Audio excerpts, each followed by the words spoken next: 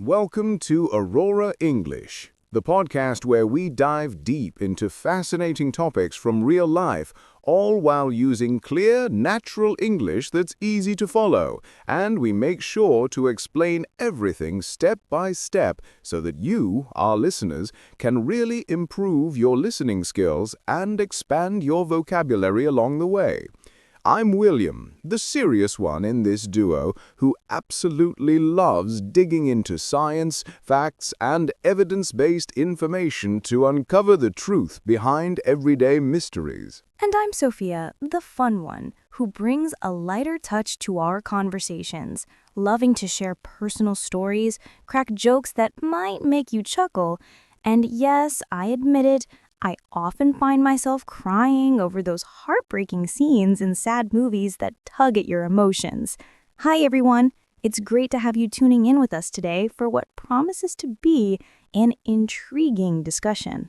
Today's topic is a truly big question that has puzzled people for ages, blending emotions with medical science. Can you actually die from a broken heart? Sophia, I know from our previous chats that you believe this idea 100% without a shadow of a doubt, and you're always ready to defend it with your heartfelt anecdotes. Of course I do, William. Let me paint a picture for you and our listeners. When my high school boyfriend dumped me, and by dumped me, I mean he suddenly ended our relationship without much warning, like throwing out old shoes. For Jessica, that girl with the perfect hair that always looked like she just stepped out of a shampoo commercial, I literally felt my heart stop beating for a moment, as if time froze and my chest was gripped by an invisible hand. I stayed in bed for 3 whole days, not wanting to face the world, just eating ice cream straight from the tub. You know, that big container you buy at the store, scooping it right out without bothering with a bowl? Because who has the energy for dishes when your world feels shattered? That counts as a broken heart experience, right? It's like your emotions are so powerful, they physically affect you, making you question if heartbreak can indeed be fatal. Not exactly in the way you might think, Sophia, but you're not completely wrong either. There's a kernel of truth in what you're describing that science backs up. There is indeed a real medical condition known as broken heart syndrome, which captures this idea of emotional pain manifesting physically in the heart. The official name for it is Takotsubo cardiomyopathy, and let me break that down for our listeners so it's crystal clear and easy to understand, because breaking down complex terms is key to learning. Cardio comes from the Greek word for heart, like in words such as cardiology, which is the study of the heart, or cardiac arrest, which means the heart suddenly stops beating. Myopathy refers to a problem or disease affecting the muscles. For example, in muscular dystrophy, a condition where muscles weaken over time, so here it indicates an issue with the heart muscle specifically. And Takotsubo is named after a traditional Japanese fishing pot that's used to trap octopuses. It's narrow at the top and wide at the bottom, resembling the shape that the heart takes on during this syndrome, almost like the heart is mimicking that pot's form under stress. This naming helps doctors visualize the condition quickly. Wait, hold on a second, William. You're telling me that in this serious medical issue, the heart actually turns into something that sounds like a cute little pot. That's kind of adorable for something so profoundly sad and potentially life-threatening, don't you think? It's like nature has a twisted sense of humor, turning a moment of deep sorrow into a shape that reminds people of an everyday object from another culture. Adorable here means charming or endearing, like when you see a puppy tilting its head. It's cute even if the situation isn't, and it softens the blow of talking about something heavy.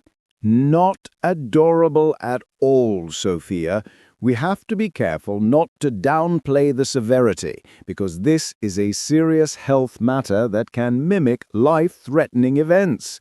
To explain further, the left ventricle, that's the main pumping chamber of the heart responsible for pushing oxygenated blood out to the rest of the body, kind of like the engine room in a ship that keeps everything moving, becomes temporarily weak and balloons out at the bottom, expanding in an abnormal way that disrupts its function. As a result, it can't pump blood properly, leading to inefficient circulation throughout the body.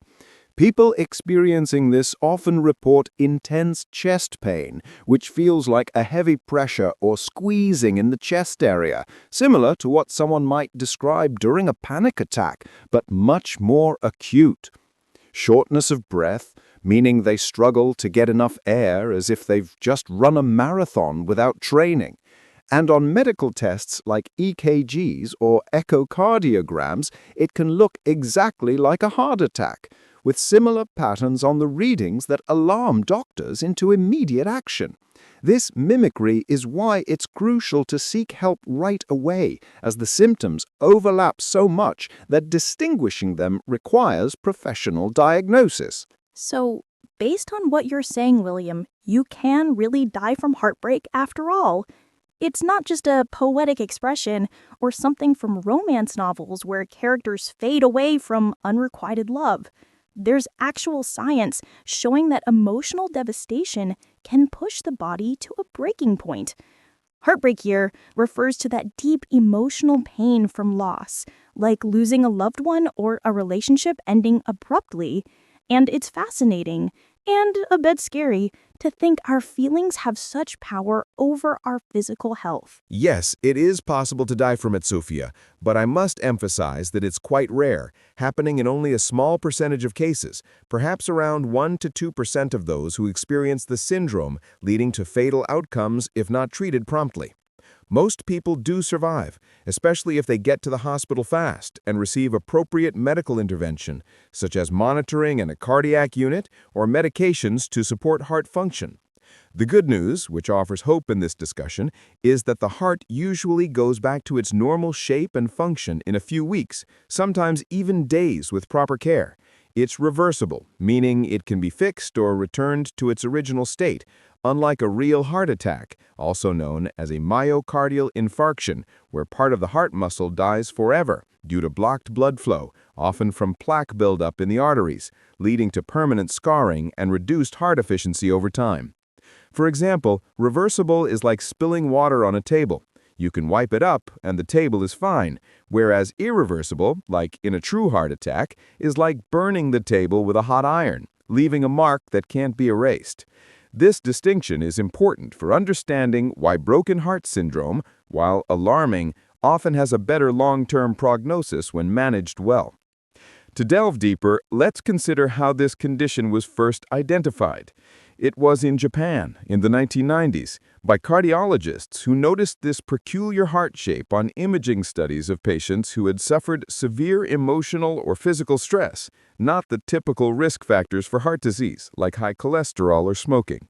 They named it after the Takotsubo pot because the apex of the heart, the tip, balloons out while the base contracts normally, creating that distinctive silhouette on echocardiograms. Since then, studies worldwide, including from the American Heart Association, have confirmed its existence, showing it affects mostly postmenopausal women, perhaps due to hormonal changes that make the heart more sensitive to stress hormones like catecholamines, which surge during emotional turmoil. Catecholamines are chemicals like adrenaline that prepare the body for fight or flight responses, but in excess, they can overwhelm the heart muscle cells, causing them to malfunction temporarily. Imagine your body as a car. A little gas pedal push gets you moving, but flooring it suddenly might cause the engine to stutter or stall. That's what happens here. Furthermore, broken heart syndrome can be triggered not just by negative events like the death of a spouse or a breakup, but also by positive shocks such as surprise parties or winning a large sum of money, because any extreme emotion can flood the system with these hormones. In terms of symptoms, beyond chest pain and shortness of breath, Patients might experience irregular heartbeats called arrhythmias, which feel like your heart is skipping beats or racing uncontrollably, or even fainting spells due to reduced blood flow to the brain. Diagnosis typically involves blood tests to check for heart enzymes, which are proteins released when heart cells are damaged, though in broken heart syndrome, these levels are lower than in a true heart attack. Coronary angiography, where dye is injected to visualize the arteries and confirm no blockages, and ventricular imaging to see that Takotsubo shape. Treatment focuses on supportive care. Beta blockers to reduce the heart's workload, like slowing down a runner to prevent exhaustion. ACE inhibitors to help blood vessels relax and improve flow, and sometimes diuretics if there's fluid buildup in the lungs causing breathing issues. Recovery involves rest. Stress management techniques such as mindfulness meditation, which is focusing on the present moment to calm the mind, like sitting quietly and breathing deeply while noticing your thoughts without judgment, and follow-up echocardiograms to ensure the heart has normalized. Interestingly, recurrence is possible but uncommon, affecting about 5 to 10% of patients, often if they face another major stressor. So prevention includes building emotional resilience through therapy or support networks. Resilience, as Sophia mentioned earlier, means the ability to bounce back from adversity, like a rubber band, stretching but snapping back to shape. In broader terms, this syndrome highlights the mind-body connection, a concept in medicine that emotions and mental health directly influence physical well-being. For instance, chronic stress can lead to hypertension or high blood pressure, which strains the heart over time. Studies from journals like the New England Journal of Medicine have shown that in the days following a major emotional event, the risk of cardiovascular events spikes, underscoring why we say phrases like heartbroken. It's not just metaphorical. Metaphorical means symbolic or figurative, not literal, like saying it's raining cats and dogs to mean heavy rain, not actual animals falling from the sky. Yet in this case, the metaphor has a literal basis. To give listeners a real-world example, consider the spike in heart-related hospital admissions after natural disasters or terrorist attacks, where collective grief and fear trigger these episodes. Or on a personal level, elderly couples who have been together for decades often pass away close in time. This is sometimes attributed to the broken heart effect, where the surviving partner's immune system weakens, making them susceptible to infections or other ailments. The immune system is your body's defense against germs, like an army fighting invaders, and grief can suppress it, much like how lack of sleep weakens your defenses against a cold. Sleep disturbances during heartbreak, tossing and turning all night, replaying memories, compound the issue, as good sleep is crucial for heart repair. Eating habits change too. Some people lose appetite, leading to weight loss and nutrient deficiencies, while others, like Sophia with her ice cream, turn to comfort foods high in sugar and fat, which can temporarily spike blood sugar and pressure. Comfort food is a slang term for foods that provide emotional solace, like chocolate or pizza when you're feeling down, because they trigger pleasure centers in the brain. Alcohol consumption might increase as a coping mechanism, but it dehydrates and strains the heart further. All these factors interplay, making the body vulnerable. So, while broken heart syndrome is the acute, dramatic form, the chronic effects of grief can indirectly lead to death through worsened health behaviors. In conclusion, for this part, understanding this condition empowers people to recognize symptoms and seek help, turning a potentially fatal event into a recoverable one. Okay, William, slow down my racing brain for a second. I'm still trying to wrap my head around this whole idea. So how exactly does a simple breakup or any huge emotional shock turn into something that can literally damage your heart? Is love just poison in the end? I mean, when people say love hurts, are they actually warning us that it can kill you? Wrap my head around means to understand something complicated, like when your friend explains a new video game and at first you're confused, but then you finally get it and say, oh, now I've wrapped my head around it. and poison here is dramatic. I don't mean real poison like in fairy tales. I just mean something that feels wonderful at first, but can destroy you later. The way too much candy can make you sick, even though it tastes amazing. Not poison at all, Sophia. The real culprit is stress hormones, those powerful chemicals your body pumps out when life hits you hard. The moment something terrible happens, losing a loved one to death, going through a painful divorce, getting fired, or even something suddenly joyful but overwhelming, like winning a lottery or a surprise birthday party with 100 people screaming, your brain triggers the adrenal glands. Those are two little hats sitting on top of your kidneys to release a massive flood of adrenaline, noradrenaline, and cortisol. We usually call this the fight or flight response, the same system that helped our ancestors run from tigers. Imagine you're driving a car and suddenly a truck cuts in front of you. You slam on the gas pedal to escape. Your engine roars, your heart races. That's normal. But in broken heart syndrome, it's like you floor the gas pedal to 200 miles per hour and keep it there for hours. The heart muscle gets completely overwhelmed and temporarily stunned. Stunned in medical language means the heart cells stop contracting properly for a while. They're not dead, they're just frozen in shock, like a computer that freezes and needs to restart. In everyday English, we say someone is stunned when they can't move or speak because something shocking just happened. For example, when your team wins the championship in the last second and you just stand there with your mouth open, that's stunned. Stunned. Got it. That means temporarily knocked out or paralyzed by surprise, right? Like the exact moment you bump into your ex at the grocery store holding hands with someone new and you freeze in the cereal aisle, milk carton in hand, unable to move or breathe for 5 seconds. Or when your boss says you're getting a promotion and a huge raise, and you just stare blankly because your brain can't process it yet. So the heart is basically doing the same thing. It sees the emotional truck coming and just freezes. Exactly. Perfect examples. Doctors also call the whole condition stress-induced cardiomyopathy or stress cardiomyopathy because intense stress is the trigger. It happens far more often to women after menopause.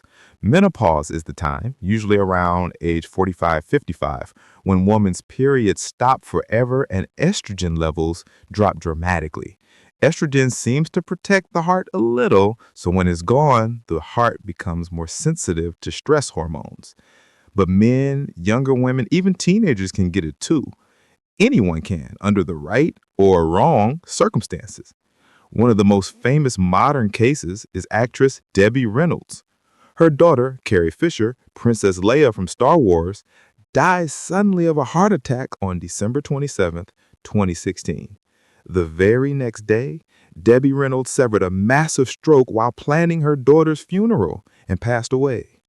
Many cardiologists looked at the timing, her age, the unimaginable grief of losing a child, and said this was classic broken heart syndrome that probably weakened her body enough to cause the fatal stroke. Another heartbreaking example is the singer Johnny Cash, the Man in Black. His beloved wife, June Carter Cash, died in May 2003 after heart surgery. Johnny was already sick with diabetes and other problems, but after June died, he deteriorated very quickly and passed away just 4 months later in September. Doctors said his grief accelerated everything. People all over the world said he died of a broken heart, and science says they weren't completely wrong. Oh my gosh, that's so unbelievably sad. I cried for an entire week when Carrie Fisher died. I had posters of her on my wall growing up, and Princess Leia was my hero. Imagine being a mom, losing your daughter you love more than life, and then just, poof, your own body just gives up the next day. Poof here is the sound of something disappearing suddenly, like when a magician makes a rabbit vanish, or when you blow out birthday candles and wish really hard, poof, it's dawn. Losing a child is supposed to be the worst pain in the world, and Debbie Reynolds' heart literally couldn't take it. Another powerful example from music history is Johnny Cash and June Carter Cash. They were married for 35 years and even sang duets together. After June died, Johnny told friends, "I don't want to live without her." And he didn't, not for long. These stories show that the phrase died of a broken heart isn't only poetry, sometimes it's biology. See? Country music knew it all along. They've been singing about dying from broken hearts for 100 years. Like that old spiritual song, Down by the Riverside. I'm gonna lay down my sword and shield down by the riverside. And in my head, I always finish it with, because my heart is broken and I can't fight anymore. Country singers understood the science before the scientists did. Sophie, please focus for a minute. We're teaching English in science here. The important point is that large scientific studies, not just sad stories, show that extreme grief really can double or even triple your risk of dying in the first few months after losing a spouse. Researchers call this the widowhood effect.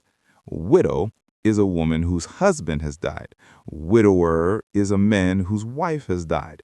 And the widowhood effect means that freshly widowed people have a much higher chance of dying soon themselves, especially from heart disease or stroke. For example, one big study in Denmark followed thousands of people and found that in the first month after losing a partner, the risk of dying jumps by about 90% for women and 70% for men. After 6 months, it slowly goes back down, but is still higher than normal for years. Widowhood effect? Honestly, that sounds like the title of a horror movie. This fall, one death is never enough. The widowhood effect will get you when you least expect it. Cue the scary music. Cue means give the signal to start something, like when the director says, "Cue the rain machine," and suddenly water falls on the actors. It's real, and it's not a horror movie. It's biology plus behavior plus emotions all mixed together. Here's why it happens. When you're deep in grief, your immune system gets weaker. The immune system is your body's army that fights viruses, bacteria, and even cancer cells. Grief is so stressful that it suppresses immune cells.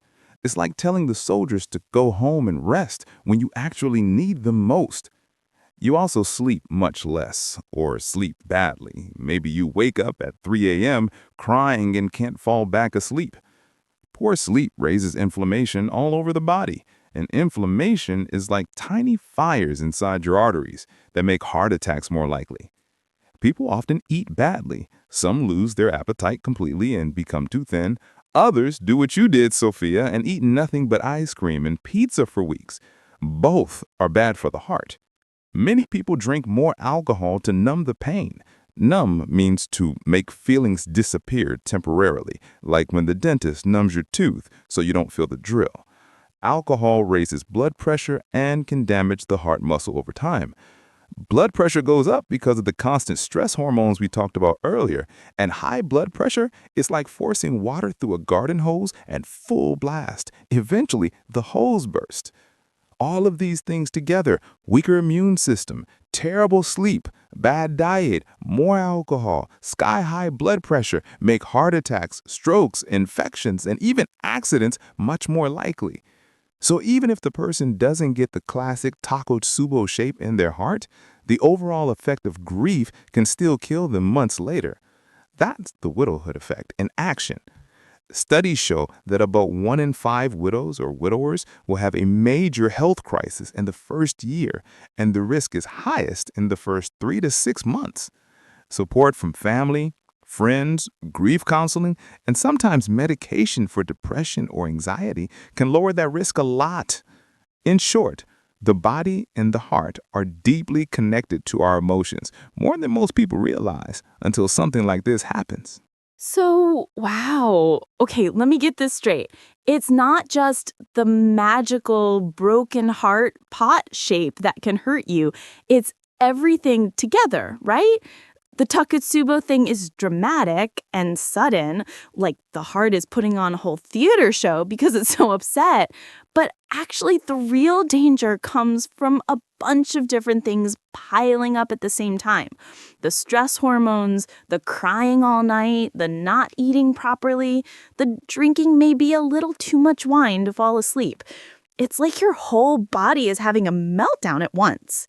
Meltdown means when everything falls apart emotionally or physically. For example, when a little kid drops his ice cream on the ground and starts screaming and crying on the sidewalk, we say he's having a meltdown.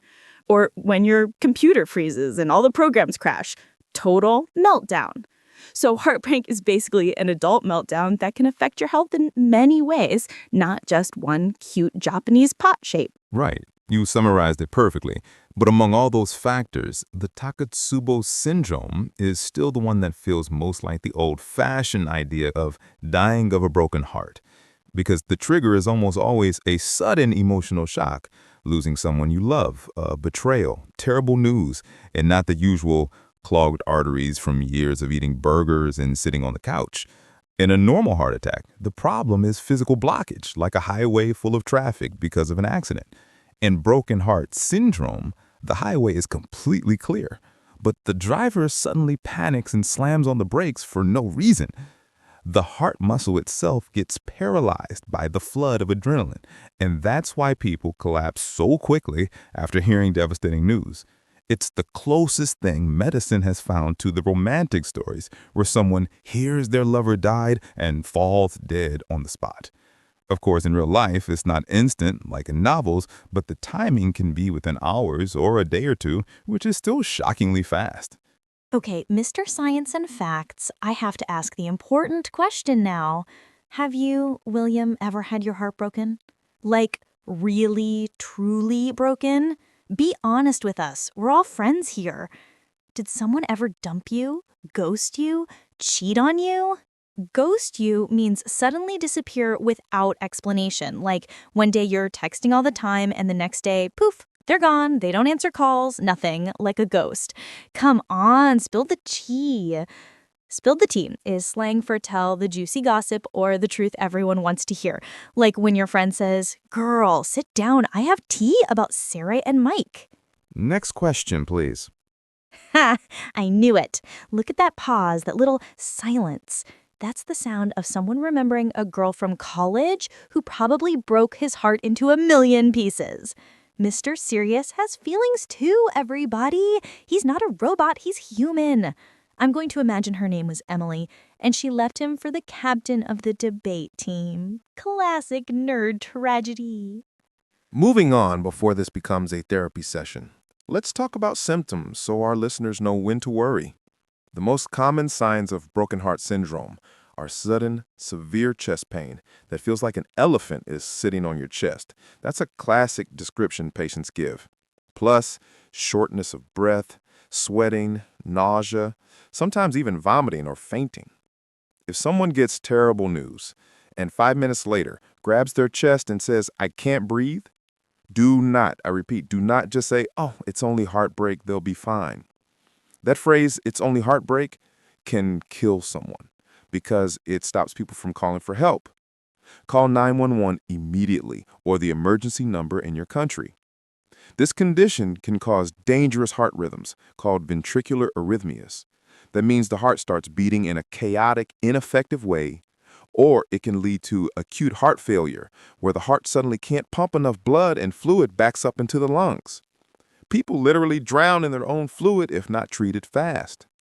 So treat every sudden chest pain after emotional shock as a medical emergency until doctors prove otherwise. Okay, serious tip from Sophia, your fun host who actually listens to the science sometimes.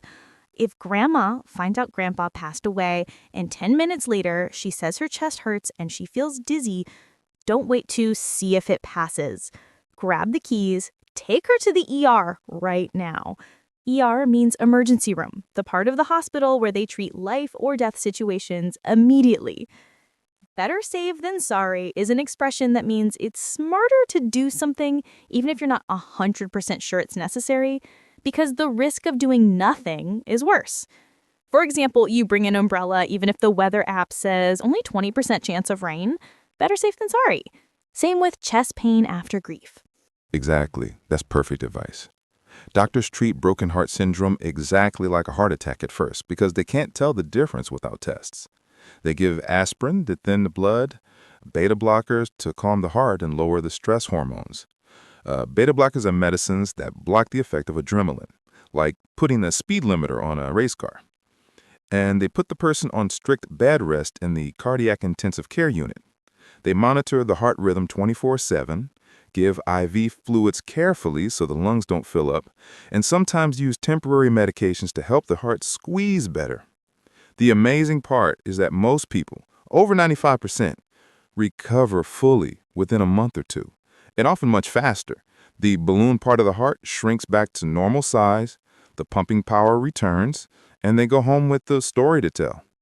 Long-term, many patients are put on low-dose beta blockers or ACE inhibitors for a few months just to protect the heart while it finishes healing. And doctors strongly recommend lifestyle changes and stress management. So the heart is way stronger than we think, isn't it? It can get totally stunned, balloon into this weird octopus trap pot shape, feel like it's going to stop forever, and then one day it just shrugs and says, "Okay, drama over. I'm done being extra. Back to normal pumping." Like a teenager after a big fight with their parents, slams the door, cries for hours, and the next morning comes out for breakfast like nothing happened. The heart has that teenage energy sometimes. Pretty much, yes. The human body as a whole is remarkably resilient. Resilient is a beautiful word that means able to bounce back after being bent, stretched, or crushed. Think of a rubber band. You pull it really far and it returns to its original shape. Or those like inflatable punching toys for kids that have sand in the bottom? You hit them and they fall over, but they pop right back up. That's resilience. The heart muscle has that quality. It can survive incredible stress and repair itself if given time and support. Resilient, yes. That means able to recover quickly from difficult situations, physically or emotionally. Like when I got dumped by that guy in college, I thought my world ended. I wore the same sweatpants for a week, but 2 weeks later, I got a haircut, put on a cute dress, went out dancing, looked amazing, and when he texted me, "You okay?" I just left him on red. Left him on red means I saw his message, the little red receipt showed up, but I never replied. The ultimate power move. That's resilience, baby. Classic Sophia move. But real talk now, and I'm putting my fun head away for a minute because this is important. Losing someone you love forever, like a parent, a child, or a spouse you spent decades with, is completely different from a breakup. A breakup hurts like crazy, but deep down you know you'll probably love again. When someone dies, that door feels permanently closed. So how do people survive that kind of grief without their heart just giving up completely? I've seen my mom cry for months after my dad passed away, and I was terrified she wouldn't make it. Slowly, Sophia, very slowly. There is no shortcut, no magic pill, no fast-forward button. People survive 1 hour at a time, then 1 day at a time. Therapy helps a lot, talking to a professional who understands grief, support groups where you sit with other widows and widowers and realize you're not crazy for feeling the way you do. Gentle exercise, like walking in nature, releases endorphins. Those are the feel-good chemicals in the brain. Eating, even when you have no appetite. Sleeping, even when nightmares wake you up. Letting friends bring you meals, accepting hugs, all of that matters. Time really is the biggest healer, even if that sounds cliché. Cliché means an expression everyone uses so much it feels boring, but it's still true. And the fact that the vast majority of people do eventually survive and even find joy again shows that both the physical heart and the emotional heart can heal. The muscle recovers its shape, and the feelings, little by little, learn to carry the loss without being destroyed by it. I love how you said that. The heart gets broken, but it doesn't stay broken forever. It gets stunned, it changes into a strange shape for a little while because it's in shock. But then slowly, day by day, it remembers how to be a heart again, how to love, how to laugh, how to feel safe. It's like a house after a big storm. Windows broken, roof damaged, everything wet. But with time and care, it becomes a home again. That's beautiful. Nicely said, Sophia. You took the science and turned it into poetry. Hey, see, I have my deep moments too, not just jokes and ice cream stories. So, to give our listeners the final answer to the big question we started with, can you actually die from a broken heart? The honest answer is yes, it is possible, but it is rare, and the vast majority of the time, the body is strong enough to find its way back to health. Both the Takotsubo syndrome and the broader widowhood effect show that emotions can have life or death power over the body. But they also show that with quick medical help, support from loved ones, and time, survival and recovery are the normal outcomes, not death. And if you're going through heartbreak right now, listener, whether it's a breakup, a divorce, or the worst kind of loss, please know you're not crazy if your chest literally hurts or you can't breathe properly sometimes. Your body is reacting to real pain. Cry it out. That means let the tears come as much as you need. Eat the ice cream if it helps, in moderation. Talk to friends, family, a therapist, anyone who will listen without judging. And if the pain in your chest feels sharp, or you feel dizzy, or your heart is racing strangely, go see a doctor or call emergency services. You are stronger than you feel right now, and you're gonna be okay. I promise. Gonna is short for going to, very common in casual American English. Couldn't say it better myself. That's it for today's episode of Aurora English, everyone. We hope you learned something new about your heart, your feelings, and some useful English expressions along the way. If you learned words and phrases like stunned, resilient, widowhood effect, takotsubo, better safe than sorry, spill the tea, left on red, or real talk, try using them today. Tell your friend, my heart was stunned after that exam result, or I'm feeling resilient today. Practice makes perfect. Thank you so much for listening and spending this time with us. Take care of your hearts, the one that pumps blood and the one that loves people. See you next time. Bye, everyone. Stay strong. Don't break too many hearts, and definitely don't let anyone break yours forever. Love you all.